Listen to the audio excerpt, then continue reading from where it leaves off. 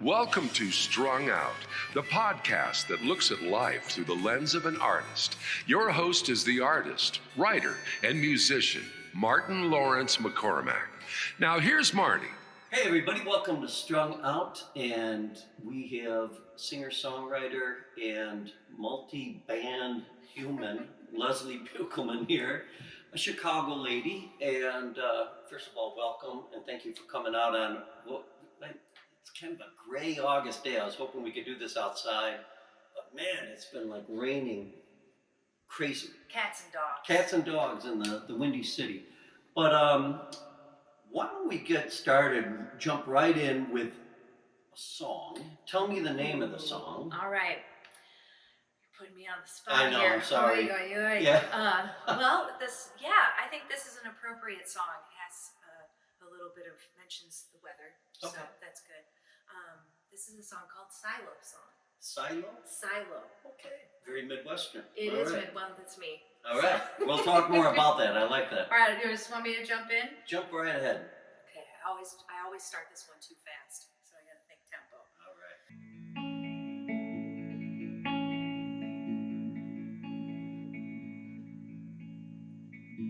The sun reflects on the silo, and the earth looks like it's on fire. A day's work presents its golden arm, the setting sun on Mick's old farm. There are times I wish I could go back to the days of the summer haze, full of old pipe dreams and silly schemes, thinking of the woman I'll become. And as I sit alone and feel the raindrops on this city, I'm thinking, where is it I'm going? And have I done a good job?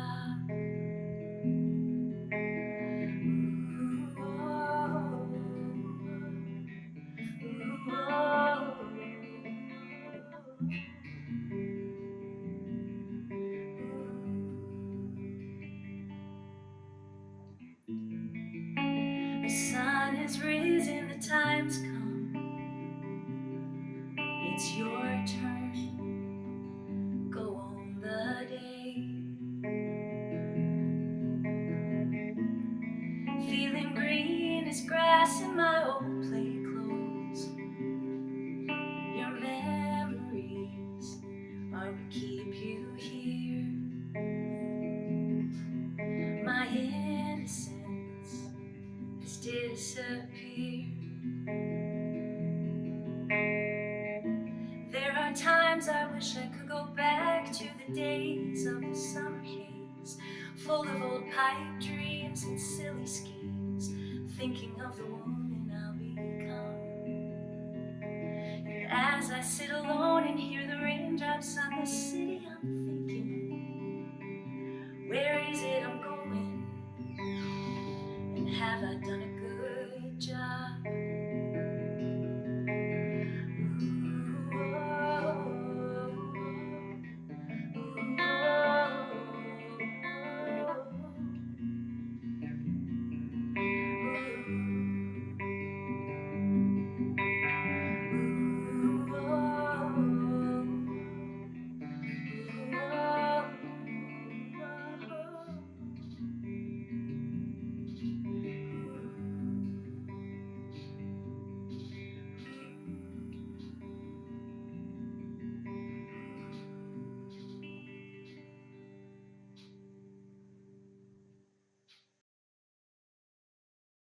Very cool. Very very dreamy. I like, and contemplative, and bittersweet. Yes. It's the big thing. And I'm like, whew, now that I got that out. Right. Yeah, that The song, first- it's I recall writing it and just the feelings. Yes, right. Yeah. It really invites in the listener. I think that's the other thing I like about it. You know, if you're honing in on, this vulnerability, looking over your life, and the idea of the light on the silo which, like I said, is a very Midwestern thing. And there's a specific silo I'm referring to. Okay, Yeah. where is it? So this dives into my background. Yeah. So I grew up in Sandwich, Illinois. So it's a little bit south of DeKalb, which most folks know. The Chicagoans be like, where? You know, if they don't know Sandwich, they either know Sandwich from the Sandwich Fair, which has been going on for 100+ years, or they know it because it's south of DeKalb, which is where Northern Illinois University is. Right. So yeah, it's about an hour and change west of the city, and it's a cool little town. you've been. I played the Opera House there. Oh about yeah, I grew up in that building. Yeah. Yeah. I grew up in the Opera House in Woodstock, and where and it's those small towns. And probably when you were growing up, it really was a small town. It didn't have like any of the encroachment that now we had is a coming. stoplight or two, you know. But I remember There's a song. Yeah, there was a stoplight or two on Main Avenue. Yeah. Well, so are you an only child? Are you? No, I have an older brother, 4 years older. Is he a musician or Well, artistically inclined? He is. He just is like, that's your thing. So you go ahead. And I'm like, dude, you can sing. I want him to be a karaoke host, because when he does karaoke, he just lets it rip, and he's got a great voice. My mom and dad are both singers. Okay. We're in a band back in the day. My mom played drums, and she actually was a trained opera singer growing up in the south side of Chicago. My dad grew up in Minnesota and was more on the barbershop, deep bass voice. Yeah. Gorgeous. So I have my mom, the soprano, my dad, the bass. I'm more of a mezzo soprano, and my brother's definitely got the baritone vibe. So I'm like, what are we doing here? We could be the Beukelman family singers. But which would be very cool, you know, and you know, how wonderful that you had parents that were not only musically inclined, but in the thick of it. They understood, you know, what I wanted to do. My dad ended up going into computers and had his own business in Sandwich, and my mom worked kind of in administration at NIU, and she worked in a couple different places at the hospital, and also helped my dad with payroll for his business and his clients. Cool. And so they worked together. Have they stayed in music? I'm just curious if. Not really. When I was growing up, they were the band, the Opus 5, or DeKalb County's own. It was great. They have a vinyl. They have a vinyl. They have one original song on there, but it was like awesome. Big Bad Leroy Brown and like some Barry Manilow and I write the songs and You Light Up My Life and they had a Carpenter's vibe, the Opus 5, and it was great. The band dispersed kind of after I was born. There's a great story of my mom singing I Love the Nightlife while she's like 8 months pregnant with me, and my dad's like, yes you do, you know, like she's playing the drums, you know. I think that's so cool. I mean, how cool that here you are in utero and you're getting the full musical. No wonder you came out. Did you come out singing? I mean probably screaming. Screaming and singing, big. But that band dispersed, but when I was growing up, they would sing for weddings and, you know, do like ceremonies. So I remember they would have to rehearse, and I would accompany them at home. You know, all I ask of you from Phantom of the Opera, they had all this sheet music, so I would learn it on piano. And they would be like, "Oh, we actually have to sing that. You know, can you play? we can chat." And the one song, what was it? Time goes by. That's the bridge. No, Love Lift Us Up Where We Belong. Sure. Oh, I would sit and listen to them sing that, and just be like, "This is so beautiful." Oh man. It's cool though, because your career right now, you are in like about 5 different groups. Yes, they're not active at the same time. People are like, how do you do that? Well, sure. As many people know, you know. Projects and yeah.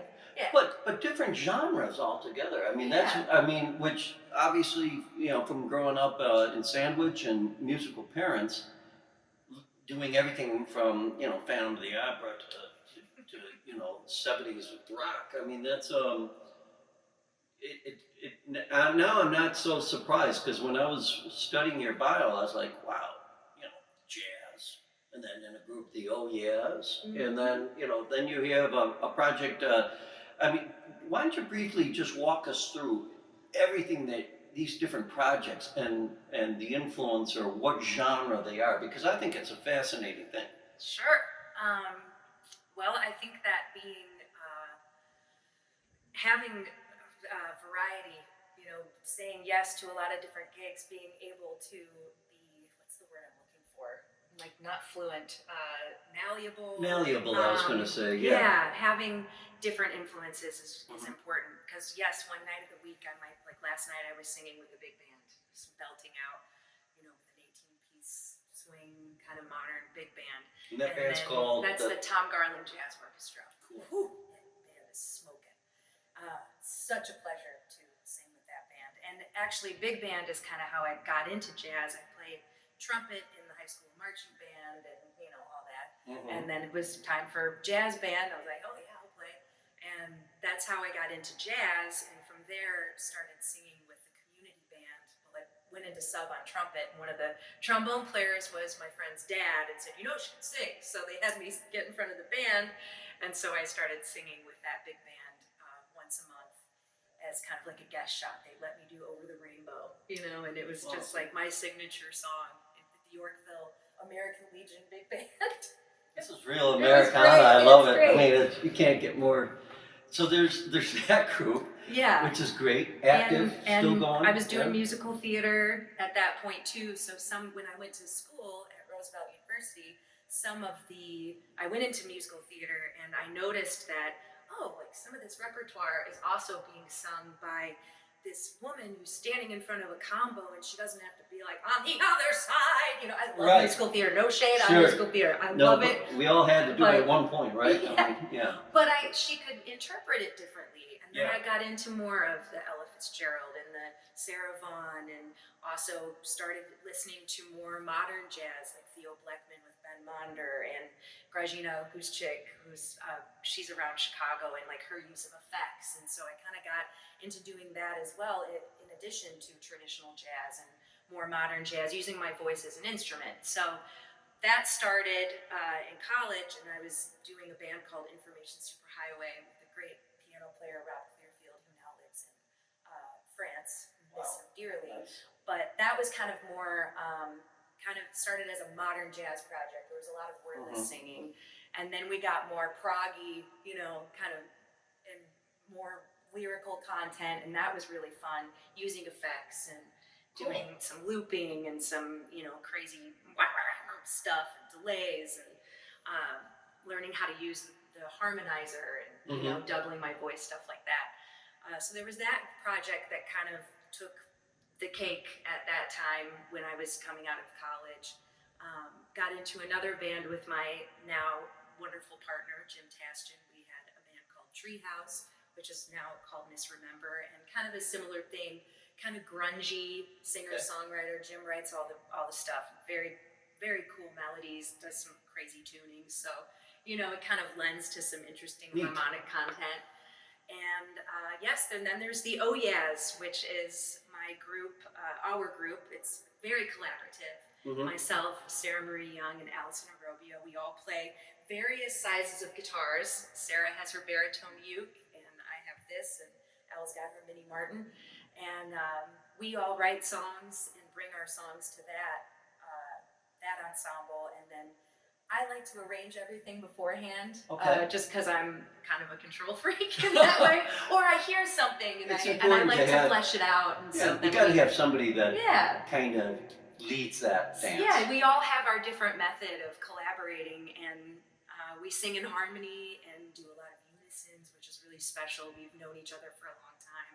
All have lived with each other at different points, have been roommates. So it's just like that lifelong friendship and trust, and it just really comes through in the music. We just have a great time. It was never supposed to be anything other than let's just get together and write some songs and play. And that's been one of the highlighted projects in my career, I think. It sounds like you've had some training. Yes. And so tell me a little bit about that, because I think it's important for especially people trying to find their way musically as a career to embrace the idea that a little bit of school is not bad. It's not bad at all. I I always said that with music school, I met so many great people at Roosevelt, the Chicago College of Performing Arts. I was there from 2000 to 2005, and developed lifelong friendships and musical relationships with people who I still see today, who I still play with today. And as far as the training, I started in musical theater, quickly learned this is not what if I have to pay my rent, I don't want to go audition, I want to sit in the club, I want to sing the standards, or I want to play my own music, and whether that pays the rent or not, whatever. But right. Well, but I think if I'm cool, gonna hustle, yeah. what do I want to be hustling? I came to that conclusion and studied jazz voice with Patricia Barber there, and did some lessons with Jackie Allen, who's two great jazz singers and musicians. Musician-singer goes hand in hand. But learned how to use my voice, had technical training with Mike Malloy there. He was the vocal jazz director, sang in a vocal jazz group and sang in the big band, and learned about jazz harmony. I mean, I'd heard what a major 7-chord was, but I didn't know technically what it was. I didn't know what the circle of fifths was going into college, but I understood, so that thing that I've been hearing, that's what it is, so. I like that you stayed local, that you didn't, be one of those people that was like, yes, I needed to find myself, so I went to, Barcelona. I mean, you stayed local. Why in another is that? lifetime, maybe I would have. I stayed local because my folks are around here, and in Sandwich, beautiful, just ranch home. They still live there. I grew up there. I mowed that lawn and dug in that dirt my entire life. I have a creek in the backyard. Nice. It's a very serene. The Silo Mix Farm, which was one of my jobs. I used to mow his yard when I was growing up. That's across the cornfield behind our house, and we live about 5 miles north of town, so it's very rural and country out there. So I wanted to stay close to home, and it was convenient. It made sense. Chicago is such a great hub. I mean, you can go to New York from here. You can go to California if you want. You can fly to Europe. It's an interesting thing. I mean, I agree with you wholeheartedly. I think Chicago has a distinct advantage over a lot of other major cities in the United States, and that is you can go anywhere from this town and feel pretty good about getting there. And 8-hour flight. You're in Europe. You can't really say that with LA. You can't. New York, sure, great, but if you're going the other direction, good luck. But it also has enough of a size. And let me ask you that before I get you to do another song. Have you found, doing the various projects that you're able to kind of forge a living at this? Is it keeping you busy enough? It sounds like it is. Yeah, I mean, I think that's the beauty of Chicago, and this is me talking not having lived in New York or LA or other big cities in anywhere. But I could love that I can do a jazz gig one night, and then the next night I'm singing some wild, modern jazz wordless singing, and then the next night I'm doing something with the singing my own songs. The following night it's some crazy art rock band. The Ham Council is another thing that I do that's just it's crazy, and it's kind of spoofy. We call it nature rock because we do a song called Bear, and it's all about bears, and it's kind of it's like a rap, it's fun, and it's really fun. It's a way to, it's almost like therapy. I feel like I can blow off steam and jump around and wear crazy clothes, and just, it's great. You have a great sense of humor about you. Oh, good. I mean, you have to laugh. Life is too serious all the time. Which is, in the music business, if you don't have a good sense of humor, you're doomed, I think, because especially being an independent, journeyman like yourself. I mean, you have to wear the different hats. You do. And that's what I was trying to say earlier, is being able to jump into different gigs and have the versatility. Versatility. That's the word. That's the choice. Much better than malleability. Yeah. So I do love the word malleable. Yeah, malleable is great. You have to be malleable with the way you say it. And that's let's try to find a rhyme with that, which I guess you could. But let's have you play another song, Okay. and you're singing. You're and the second podcast we're going to dive a little more into your creative, how are a singer songwriter. But describe for our viewers, our listeners, how do you perceive of yourself as a singer songwriter? Are you are you a serious kind of writer? I mean, or are you one of these people that you're drawing? Do you draw from many different genres? Who is Lelsie Beukelman when it comes to presenting a song? I think that's a lifelong journey. Uh-huh. Because I think I don't know how to answer that question. Mm-hmm. I guess I think I draw on a lot of different influences. There is the jazz influence. Now, as on guitar, I'm not trained on guitar. It's one of those things where it's like, oh, that sounds cool. Let's move that shape here. What if I move here? What if I, so which is very cool. I mean, we'll talk more about that too in the podcast, the next podcast about creativity, because I think that you're touching on something important about using the instrument to support your voice. Yeah, and the voice is more, the words and the melody is more what I'm focusing on when I'm playing by myself. But I just, as far as writing, I mean, I just try to write something honest, write something vulnerable. I know I have had to write songs for a deadline, specifically, and I don't really like doing that, but I do enjoy the process of that because you have to get it done. So okay, I gotta write a song, and I've never done the thing where you write a song like once a week or try every day. Or I know that that's a great way to get the juices flowing. Well, you sound like a person that's doing so many different projects that the juices have to be flowing. Creatively speaking, you are, you're going. It's not like you're going into different directions. You're like you're satisfying different parts of the muse. It sounds to me, and really from a jazz background, which I find really kind of refreshing and fantastic, because jazz is such an analytical approach to music. Yeah, and I think that when I write my songs, it's like I could build a mansion of music with all of the knowledge you gain and with jazz harmony. But when I sit with the guitar or with the piano, I can kind of get around a little more and know what I'm doing, harmonically. But on here, it simplifies it. So it's like, sure, you could build this musical mansion of, sharp nines and flat 13s and all this crazy stuff. But it's almost like I choose to build a quaint little home of music when I write my songs. I love that.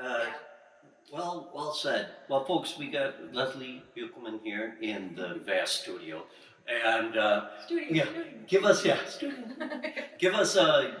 song. What's this next one? Oh boy, good question. I was just thinking about it. Maybe I'll do this one called Lenny. And by the way, what a nice shade of green on Isn't that. it? How old is that? It looks like it's vintage, but I'm not sure. It's not. Okay. It's a little Fender Mustang. Jim and I were in Holland, Michigan on vacation. This is probably, maybe like 7 years ago. And we stumbled into this guitar shop. And he said, "Oh man, that's such a sick guitar." And he's a guitar player. Yeah, so he's like, you should buy that. You should buy that. Oh. And I was like, "You mean, so you can play it?" And he said, "No, you should get it."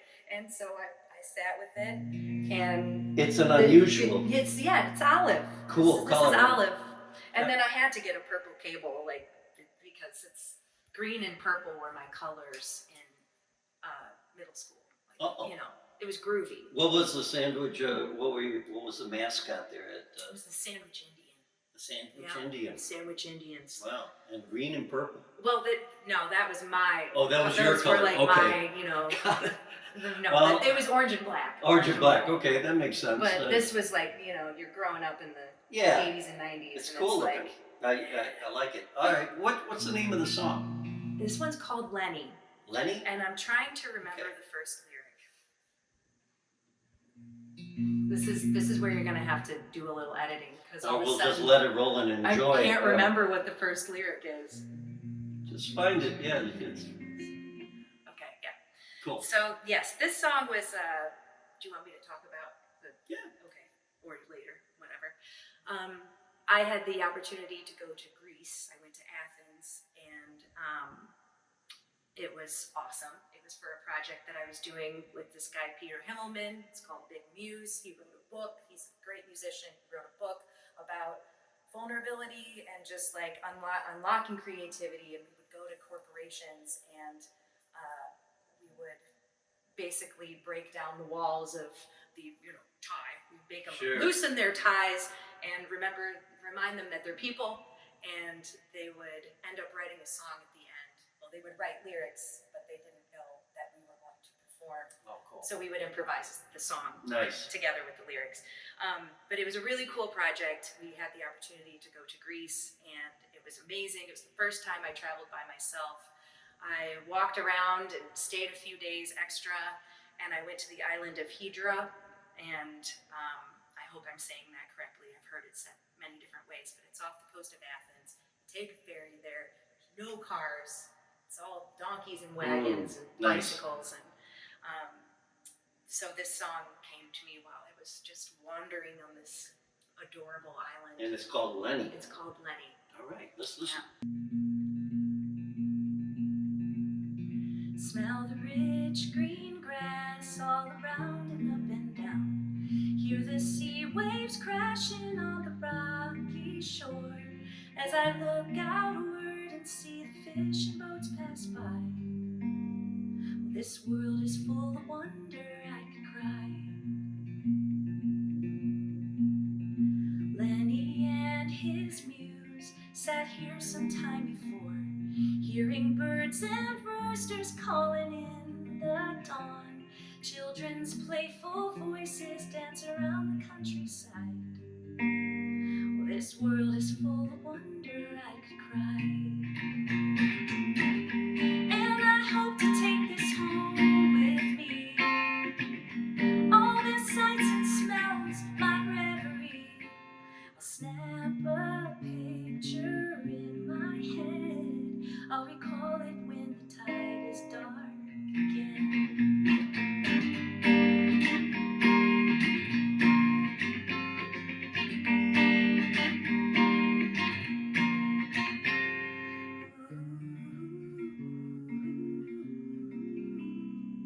I'll recall it when the tide is dark again. Cold and clear the water washes over my toes.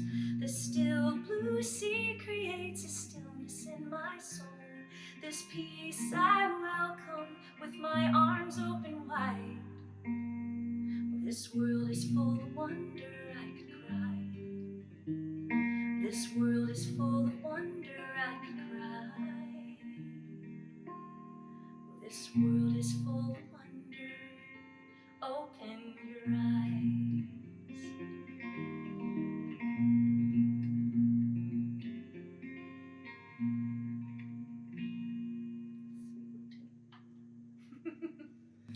So that's Lenny. Yes, And that beautiful. And I like the little admonition that you put in there. This world is full of wonder. Open your eyes. I mean, entreating the listener to, take a chance. There was a little bit of a risk. Yes, and it's called Lenny because Leonard Cohen, that was kind of his spot to go, and Sophia Loren. I was They wondering. would hang out. There's a bench dedicated to them, and I'm sitting, and and there was a moment where I'm there. I'm like, well, I got to get into the Aegean Sea, like. What duh? It's cold and I have tennis shoes on, but I'm doing it. And there was just this moment of peace and clarity. It was like sometimes I feel, there's many things we can think about of why we're here and where we came from and all this, the existential crisis we all have. But it felt like if there are multiple me's around here, they were all doing this at the same time. I just had this moment of like extreme peace. Wow. And just like one of my goals in being a musician was I want to travel. I wanted music to take me somewhere. And there I was. That was kind of like, all right, I did it. Yeah.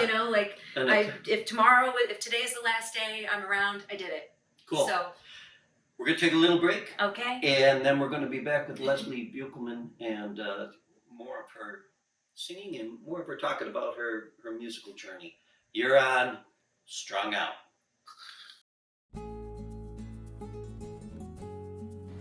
Thank you for a wonderful trip to Costa Rica. You bring such talent and joy with your gift of music.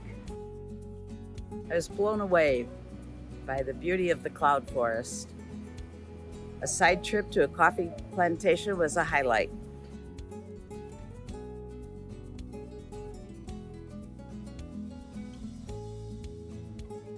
The second half of our trip, it's on the Pacific Ocean.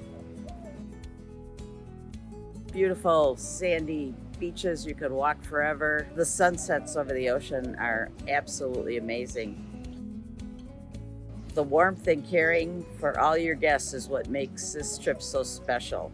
It's been a fantastic trip. Thank you so much. You guys are amazing.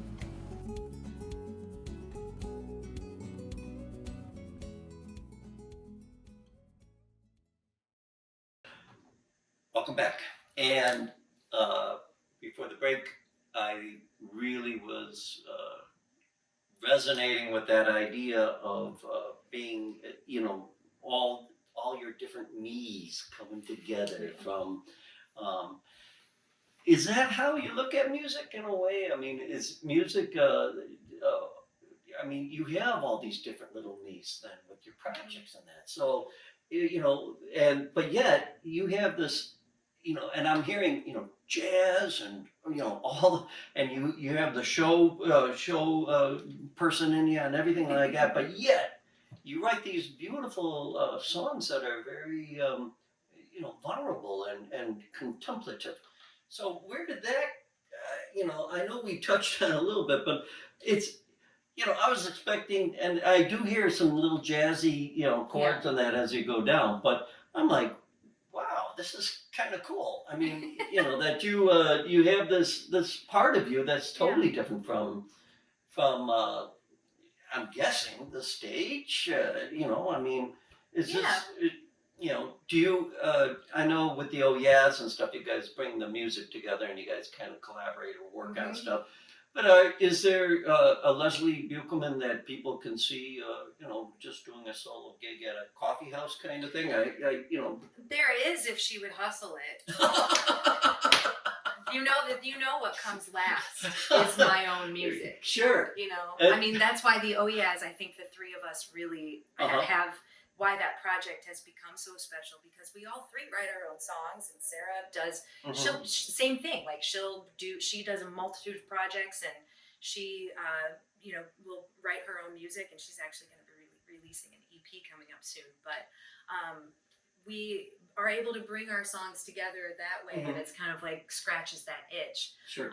But I would love to play more of my own music solo out, or there was a period of time where I was doing my own music. I called myself Bright Light, and I had Jim playing, and Brian Doherty, and who else? Michael Caskey was on drums, and we had I did the Logan Square Fest, and we did some stuff. And I don't know why that dropped off. I think with the Oh Yeahs, it's kind of easier to have each other to bounce it off. When you're your own boss, when you're the one calling the shots, and I just don't think I had the confidence at that point to kind of continue the project full on.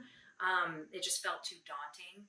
And I do feel now I am a more mature woman. Right. Where Right. I'm finding the value in taking the self-care and having your own thing. you know? Let's hone in on that, because I think independent musicians live such a challenging life. Being one myself, in that you're right. You usually take care of yourself last, Right. especially when you're forging these projects, and the projects make a lot of sense because you kind of always equate it to advancing little, chess pieces on the board, and like, well, this one might, get ahead a little bit. Right. It's a good uh, it's a good tack to have, yeah, especially in a scene like Chicago. Um, but what is your thought about the future? I mean, do you see yourself then? Is there a place then that now that you are mature, where Lelsie Beukelman will be coming out with her own EP? Is she going to be doing something like that? Because you have a style that's very unique. Well, thank you. Yeah. I appreciate that. Yeah. I think sometimes you can get caught up in your own head and be like, "This sucks," But the songs that I'm playing today, I actually really like them and I enjoy playing them, and I think that's also a sign of growing up. Mm-hmm. Is you're not so critical of yourself, And Why is that? Why is it that creative people, singer-songwriters like yourself, why that little voice? Yeah. I mean, here you had supportive parents and everything like that, but is that little voice still around? Oh, of course. Mm-hmm. Of course, and even after any performance, someone tell me I did a good job. I need it validation, please. But you have to feel good about what you are putting out. It's people are going to tell you good job, and they probably don't mean it. Or they do. But it's all about how you feel, And I do think, and I'm not bashing music school at all. I think the level of competition to get into the combo, get into the top combo, or to So you have these moments in your life where someone maybe made fun of you for what you wrote, whether it was a poem or a song, or oh, you're so full of yourself, or you think you're so good. It's actually it's the opposite. You have this input or these things that come at you when you're younger that can take a long time to shake until you finally come to that point. Which again, I think this is a lifelong journey of that. I feel that I'm chipping away and chipping away at those the things that are holding me back, and trying to just believe in myself a little more. And so I do think there is a future of an EP of my own music. I do have some out. Bright Light did do one many moons ago, and this is going to be a priority. I actually jumped it back into a jazz record, which I'm currently mixing, and that'll be my next offering. Should be out by the end of this year. But do you find yourself, one of these people that, somebody will say, "Well, what genre are you?" Yeah, and I say I don't know. Yeah. I mean, that's a very Midwestern thing, to be eclectic. Yeah. And I think that's one of the things. Again, I'm a big Chicago booster. I think the way people that make a living in Chicago do it is pretty much how you're doing it. I mean, today after I see you, I'm going to play 2 retirement homes. Yeah. 40 years that's so of. good. But that's those are fulfilling gigs. They're great gigs. Yeah. In the sense that you're getting paid for doing a good thing, but on top of it, you're working. You're working, and you have to work. You have to do the hustle, right? I have to say, I after we conclude here as well, I will be going home to address the plethora of emails that come from the gig that Jim and I are doing. We're co-leading a band called Mixtape in the Beat Mix Music Corporation umbrella, which we do corporate events, weddings. So we meet with clients. We do all the music details. I'm glad you're bringing this part up. Yeah, because and it takes a lot of energy and a lot of time. But we have such a great band, and people are always like, "Oh, jobbing," and not everybody says that, but we have a great band. We have a good time. We try to keep it fresh, and I'm actually really enjoying it, and it keeps my voice in shape. It keeps my, my music data entry. But It fulfills music is a that. business. I It mean, is. and So especially again, that's my rent payer. yeah. know, If you and Jim are doing, the corporate, I mean, I think it's great because again, it's not like that's. I don't know why people would even think of that as like some sort of selling out. I mean, Yeah. you have to work, right? You do. I think it does take a lot of energy, and I think I was told by Rob Parton was the director of jazz when I was at Roosevelt, and he was also directed the jazz orchestra there at CCPA, and so we got to spend some time together, and I really enjoyed just his tutelage, and that's the right word, right? Yeah. Okay, I'm just like. Yeah. Sometimes I say a word and I was like, did I use that correctly? It's a very good word to Thank use. you. He was a professor. He was great. Learned a lot. Mhm. Had a good time. But one of the most valuable things he ever said to me was, yes, like do jobbing, do teaching, do whatever you have to do to pay the rent. He said, but don't ever forget to fulfill that thing that is yours. You know? And just because you're singing on a Saturday night and you're singing Dancing Queen and Firework and all that and keeping in shape, but it's this, your own music. Don't let that go away because you have this other side of being a musician that is what you have to offer. I think it's And I always think of that because when I'm tired and I go, well, I am performing all the time. It's like, yeah, but. And it's wonderful. I love the gig. I love mixtape. It's a blast. But it is really important. It's a great name for a band that's covering like. They have all these creative I like names. it. It's really cute. It's really a good idea, and the corporate world getting for those of you that are thinking, well, how do I eat as an independent musician? That's one way to eat. I mean, it's a good way of getting in your chops, and and corporate gigs kind of operate at a different time from club gigs and things like that. So there's a lot of advantage to it. We're getting to the end of this podcast, and so now we have to look at you looking into the future. Yes. You're still relatively young. Congratulations. Thank you. You got a lot of miles ahead on what you're doing. Sure hope so. What? Yeah.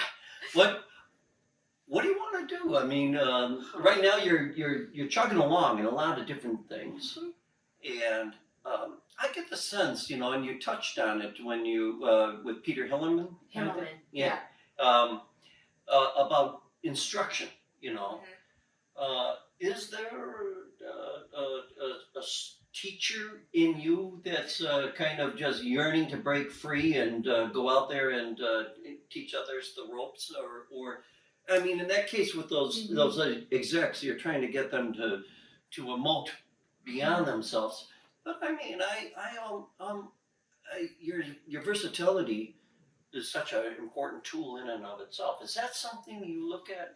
Are you thinking about that? I'm like giggling on the inside because this has been a theme lately. Yes, at some point, I think right now I have, there have been a couple different offers of different teaching gigs coming in, and I don't want to take them right now. Between the mixtape gig and fulfilling what makes me happy outside of that, like potentially making more of my own music or continuing with the Oyas, making time for Kelly Owens Hutton and her crazy outfit. I love that band, by the way. Oh yeah, jeez. Mom, core. Yes. I just don't. I enjoy teaching.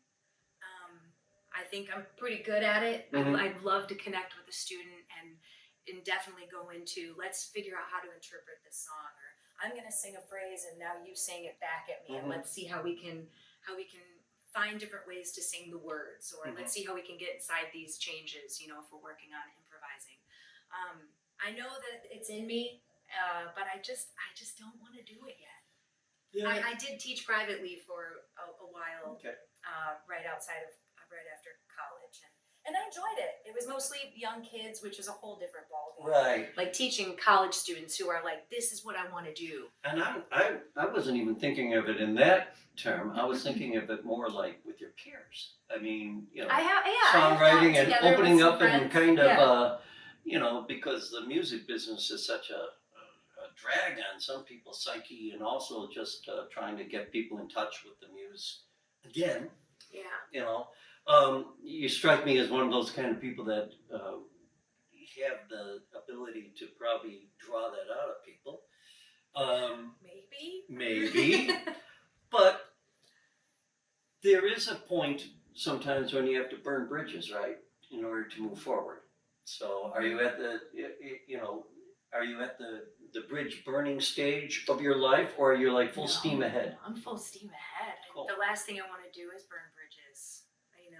And you know what I mean by that. It's like say like, well, you know, I can't do this project anymore. 17 different projects or something like that. I have to say no to one thing. And like saying no to teaching makes a lot of sense. Yeah, that's a whole other investment. I'm not building the bridge into teaching. I'm keeping that. I'm keeping that one away. The riverbank over there. Yeah, I mean, there are plenty of times when I have to just say, I really appreciate, you know, you thinking of me for this. I can't do it. Yeah. I've definitely I find the power in saying no.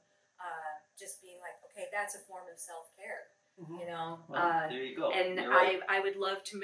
This project sounds great. I would love to make it a priority, but I just can't. Well, let me ask you before we have you play the last song on this podcast.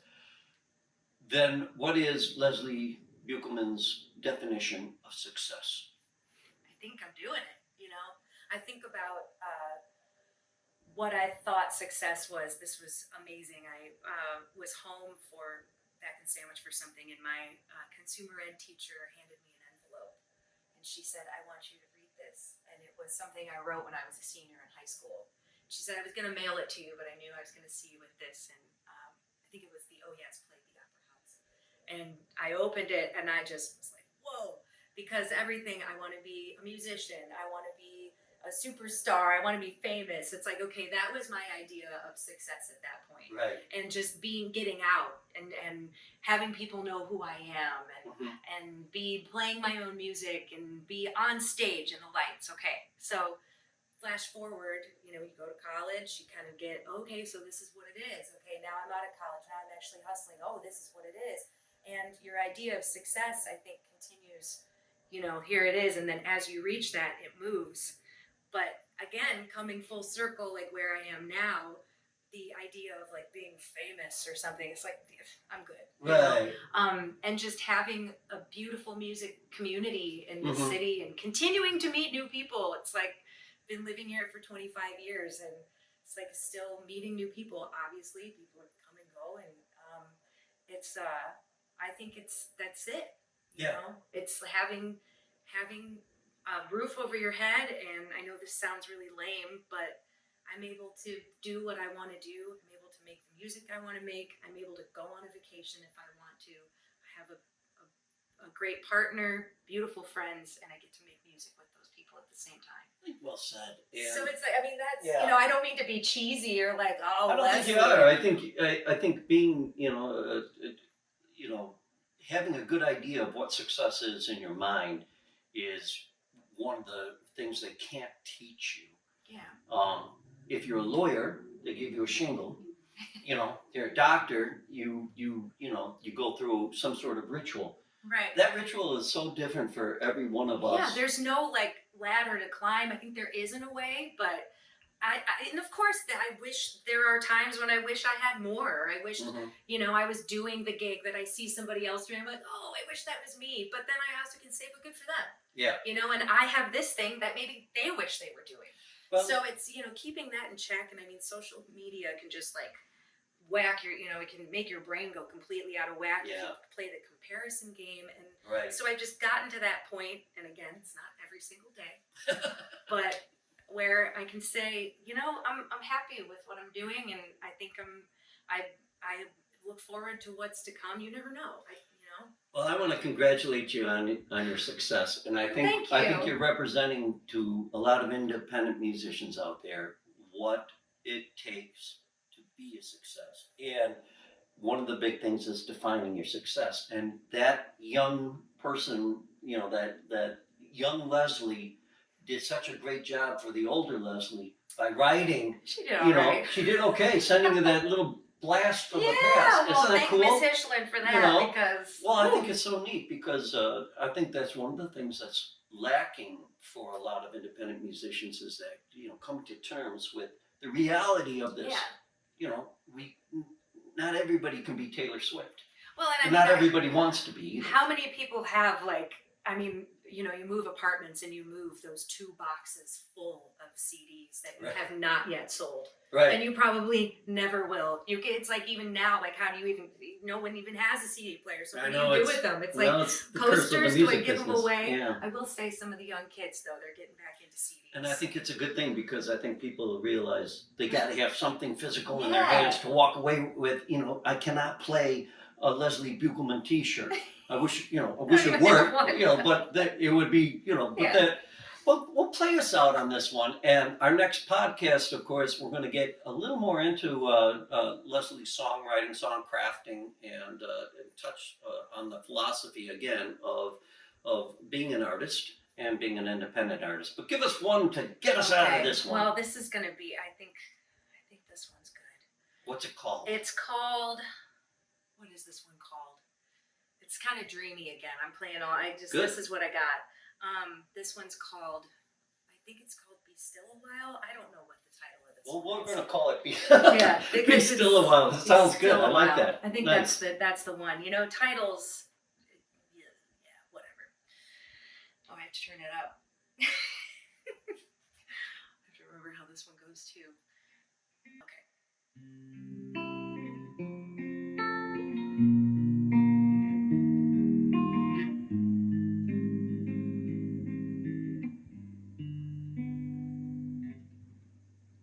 Taking the time to take the time to unwind. I have to start this Yeah, over. We'll that's just okay. start.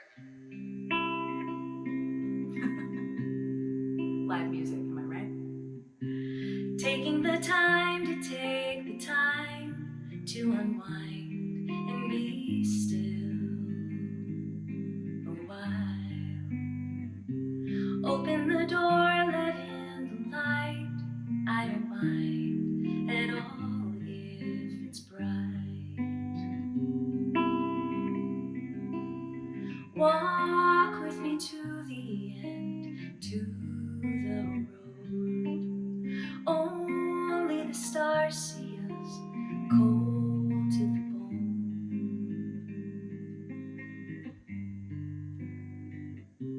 Taking the time to take the time to unwind and be still a while. Open the door, let in the light. I don't mind at all if it's bright. Only a night like this, could it be near? Only a time like this, could it be clear as a bell? Taking the time to take the time to unwind and be still a while. Open the door, let in the light. I don't mind at all if it's bright. No, I don't mind.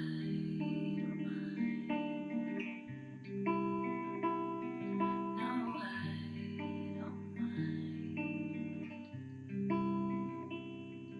No, I don't mind at all.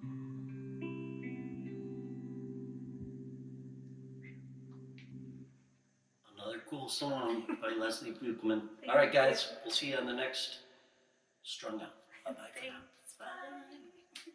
Thank you for listening. For more information about this show or a transcript, visit martinmccormack.com. While there, sign up for our newsletter. See you next time on Strung Out.